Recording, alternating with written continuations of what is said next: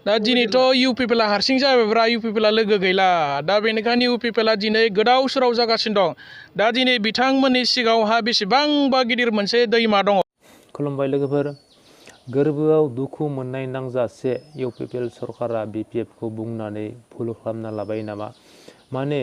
फैगौ 2025 बिटिआर इलेक्शनाव माने UPPL आरो BPF मोन्नैबो पार्टिया ज' जानानै गेलेनायनि खोथा रायज्लायबाय दंमोन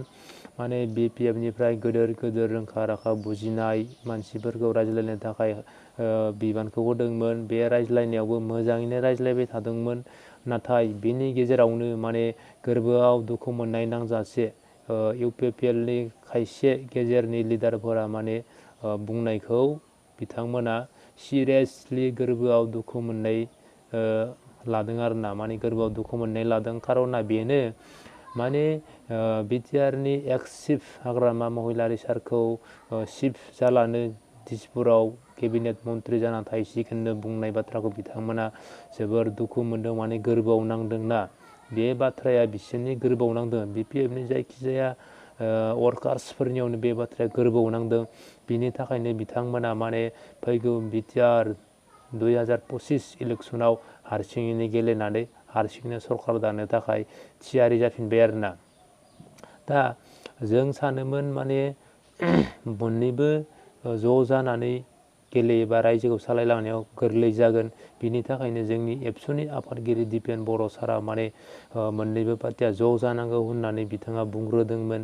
दा बिथांनि बुंनाय लेखायैनो मोन्नैबो पार्टिया ज' जानो थाखाय माने रायज्लायनायावबो माने मुखुब जादोंमोन रायज्लायदोंमोनबो बिनि गेजेरावनो माने एक्स चिफखौ माने फिसा बिबानाव होगोननि खोनानानै माने बिथांमोननि गोसोआव जोबोर दुखु मोननाय फोरमायनानै माने बांसिनसो माने गोख्रोंसिन खामानिखौ रासिन खालामनो थाखाय गोख्रोंसिन जाबोफिनबाय आरो बिथांमोना दा नोंथांमोना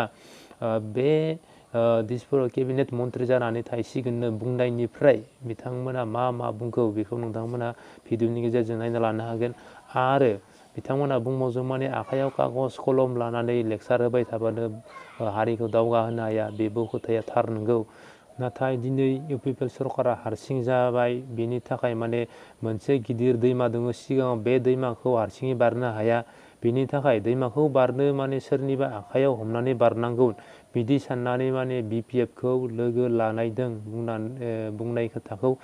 बिथांमोननि खुगानिफ्राय खोनानो मोन्दों दा नोंथांमोना भिडिअखौ नायनानै लाग्रोदो दिनै उदालगुरि डिस्ट्रिक्ट BPF कमिटि लोगोसे युथ वुमेन मोनथाम आफादजों जयै मोनसे सावरायलायनाय मेल खुंनाय जादोंमोन आरो बे मेलाव फैबाय थानाय 2025 मायथाइयाव जानो गोनां BTC काउन्सिलनि इलेक्शननि सोमोन्दै जोङो मा रोखोमै सांग्रां जानांगौ बेनि सायावहाय दिनै जोंनि ब्लक कमिटिनि साफ्रोमबो दैदेनगिरिफोरखौ लेंहरनानैसो सांग्रांथि मेल लोगोसे जोङो माबायदि प्लेन पलिसि लानानै खामानि मावोब्ला जों देरहासार जागोन उदालगुरि डिस्ट्रिक्टआव मोनबा समस्थियाव मोनबाखौ जोङो देरहासार जानो हागोन बेनि सोमोन्दै गुवारै सावरायनाय जायो BPFआथ' बिराद स्ट्रंखा क'क्राझारनिफ्राय लानानै आप टु उदालगुरिसिम जोंहा 40टा समस्ति दङ मोनफ्रोमबो समस्तियावनो दिनै BPFआ जि रोखोमै पलिसि लानानै खामानि मावनांगौ मावबाय थादों आरो गुबुन गुबुन समस्तिफोरावबो रायजो राजाया दिनै BPFआनो मोजां हाग्रामा महिलारी बिथाङानो मोजाङै दैदेनदोंमोन BTCखौ बे खोथाखौ जोङो बुंबाय थानायखौ मोन्दों आरो पाब्लिकनिफ्राय जाखिनि फिडबेक मोननांगौ बियो जोबोद मोजां आरो BPF सरकार फैगोना 100% माने दिनैनि तारिखआव रोखा जानानै दं एलायन्सनि खोथा सावरायनाया नंगौ दिनैसिम खेबथाम सावरायबाय आरो गिबिसिनाव एबसुनिफ्राय फैनाय जि प्रप'जेल दा बेखौ BPF दोला वेलकाम खालामनानै बिथांमोननि खावलायनायखौ सनमान होनानै दासिम खेबथाम सावरायनाय जाबाय आरो BPF दोलोनिफ्राय साथाम जोंनि सेनियर दैदेनगिरिफोरखौ सावरायनो थाखाय दायथ' होनाय जादोंमोन नाथाय गेजेर ससेयाव जोङो मोनसे खोथा नुनो मोन्दों जे UPPL दोलोनिफ्राय मोनसे प्रपागान्डा आरम्भ जादों जोङो खोब पजिटिभलि खोथाफोरखौ लादोंमोन नाथाय UPPL दोलोनि सानैसो दैदेनगिरिनिफ्राय ओरैबायदि मोनसे माने प्रपागान्डा दिहुनना होदों बिथांमोना जे हाग्रामा महिलारिया दिसपुराव थांनानै मिनिस्टार जागोन शिबा प्रमद बर'आसो जागोन बेबायदि सावरायफुबाय थानाय समाव बिथांमोननिफ्राय प्रपागान्डा ओंखारनाय लोगो लोगोनो जोङो बिथांमोननि सायाव एसे सन्देह जादों आरो जे सावरायनाया नंगुबै गोसोजों सावरायमारदों ना BPF दोलोखौ गाज्रि खालामनो धंस' खालामनो थाखायसो माबा मोनसे बिथांमोना हाइडेन एजेन्डा लानानै जोंजों सावरायफ्लादों दा बिनि सायाव जोंहा गोबां माने प्रश्न बिथांमोननि सायाव जोङो सिखारदों दा बेनिखायनो जोंथ' लुबैदोंमोन जे सावरायनाया इन द ट्रु सेन्स मोजां रोखोमै सावरायनाय जाथों BTC जौगानायनि सार्थआव सावरायनाया जाफुंसार जाथों BPFनिफ्राय जों बेखौ लुबैदोंमोन नाथाय बिथांमोननिफ्राय बेबायदि जेब्ला प्रपागान्डा ओंखारबाय दा बिथांमोननि सावरायनो लुबैनाया नंगौबै सावरायनाय ना ओरैनो खालामफ्लानाय ना BPF दोलोखौ फोजोबस्रांनो थाखाय माबा मोनसे हाइडेन एजेन्डा दङ नामा दा बिथांमोननि सायाव जोङो बेबायदि माने साननो गोनां बाध्य जादों ना बेथ' मावनो हादों होनना बुंब्लाथ' जों मा एग्जाम्पल दङ दिनैनि तारिखाव UPPLआ मावनो हादों होनना बुंनो हानाय एग्जाम्पल जोङो क'क्राझार गसाइगावनिफ्राय लानानै आप टु उदालगुरिसिम मोनफ्रोमबो डिस्ट्रिक्टआव नागिरब्ला जोङो बिथांमोना मावनायनि मोनसे एग्जाम्पल जों नागिरना मोना मबे इन्स्टिटिउसनखौ गायसनखौ बिथांमोना ना दिनै इन्जिनियारिं कलेज बानायनो हाखो ना दिनै CIT बायदि माबा मोनसे टेक्निकेल इन्स्टिटिउसन बिथांमोना बानायनो हाखो ना मोजां मोनसे हस्पिटाल लुनो हाखो ना दालां लुनो हाखो पार्मानेन्ट डेभेलपमेन्टनि थाखाय मा मावखो जोंथ' दिनै नागिरनो मोनां एग्जाम्पल गैया जेरावबो नागिरोब्लाबो बिथांमोना मावदों होनना बुंब्लाबो जों एग्जाम्पल नुनो मोना खै किल'मिटार पाका लामा बानायखो खयथा दालां बानायखो खैथा फ्लाइअभार बानायखो दिनैथ' जों नागिरनानै मोना माखौ मावदों होननानै बिथांमोना बुंबाय थादों जोंथ' नुनो मोनाखै बिथांमोननि मावनाय समनि सरकारनि पिरियडआ दिनै सारि बोसोर बारबाय इलेक्सन जानो बारा समानो गैला आरो मा मावबोगोन समानो गैला बिथांमोना बुंदों मावदों मिशन भिजन बायदिसिना फोसावबाय थायो अबे मिशना साक्सेस जाखो साक्सेस जानाय एग्जाम्पल जों दिनैनि तारिखाव नागिरनानै मोना गावसोर जेसेबां बुङा मानो रायजो राजा बयबो दिनै मिन्थिगौ आरो दिनै बेनिखायनो बयबो रायजो राजा बुंदों जे दिनै BTCखौ जौगाखांनांगौबा हाग्रामा महिलारिनि अनगायै आरो गुबुन रावबो बाहायखौ माने जौगाखांहोनो हानाय नङा बिथांनि सायावल' जोंहा फोथायनाय दं बेखौ दिनै ग्रासरुट लेभेलावबो रायजो राजाफ्रा दिनै सावरायगासिनो दङ शान्ति परिबेगा